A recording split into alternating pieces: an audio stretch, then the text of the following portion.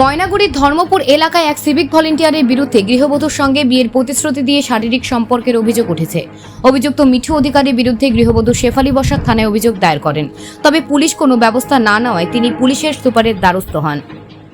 অভিযোগ, শেফালীর অশ্লীল ছবি ফেসবুকে ছড়িয়ে দেওয়ার হুমকি দিয়েছেন অভিযুক্ত। জলপাইগুড়ি পুলিশ সুপার উমেশ খান্ডবাহালে জানিয়েছেন, মামলার তদন্ত শুরু হয়েছে এবং অভিযুক্তকে দ্রুত গ্রেপ্তারের আশ্বাস দেওয়া হয়েছে।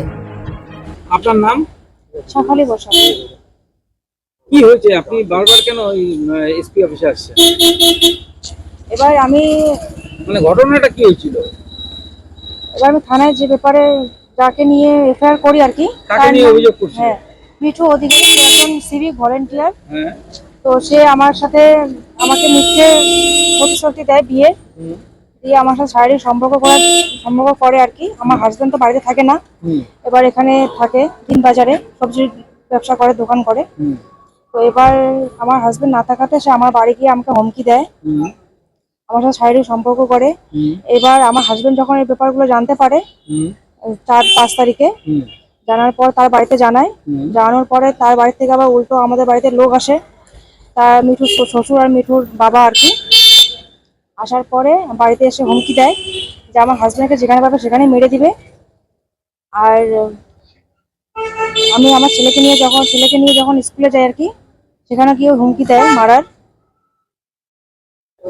কিভাবে হলো আপনার সম্পর্কটা তৈরি হলো কিভাবে? সম্পর্ক যখন আমাদের পাড়া প্রতিবেশী, তো বাড়ির পাশেই বাড়ি, তো সবসময় যাওয়া আসা চলতো, তো ওখান থেকেই আর কি। কতদিন ধরে আপনার সাথে সম্পর্ক? শারীরিক সম্পর্ক কতদিনের?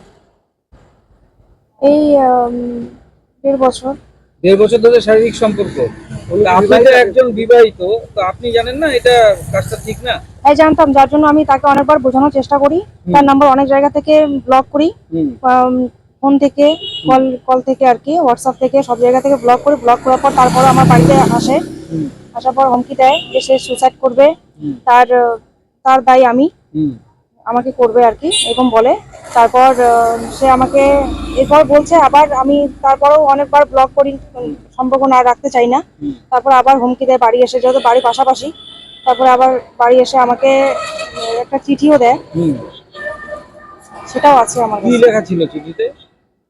যে কথা বলার জন্য বলছিল, নাম্বার আনব্লক করার জন্য বলছিল। সেটা হচ্ছে আপনাদের কোনো ঘনিষ্ঠ সম্পর্কের ছবি ভাইরাল করে দেওয়ার কোনো হুমকি দিয়েছিল আপনাকে? হ্যাঁ, দিয়েছিল। বলেছিল যে এবার কি ছবি আছে ওর কাছে আমি জানি না, কিন্তু আমাকে বলছিল যে এরকম বেশি করলে ছবি ভাইরাল করে দিবে। সেই সুযোগ নিয়ে আপনার সাথে করতো? হ্যাঁ, সে যখন একজন সিভিক আর কি, তো সবসময় আমাকে বলতো যে আমাকে কিছু করতে পারবি না, আমি যাই করি না কেন তুই কিছু করতে পারবি না। কোথায় ডিউটি করতো? কোন জায়গায় পোস্টিং ছিল? ময়নাগুড়ি থানায়। বলছি যে উনি কি বিবাহিতা? যে আপনার? হ্যাঁ, বিবাহিতা। হ্যাঁ, বিবাহিতা। ওনার স্ত্রী কোথায়? ওনার স্ত্রী বাড়িতে থাকে না, না থাকায় আর কি এরকম। বলছি আজকে তো এসপি সাহেব দেখা করলেন, এসপি সাহেব কি বললো আপনাদেরকে?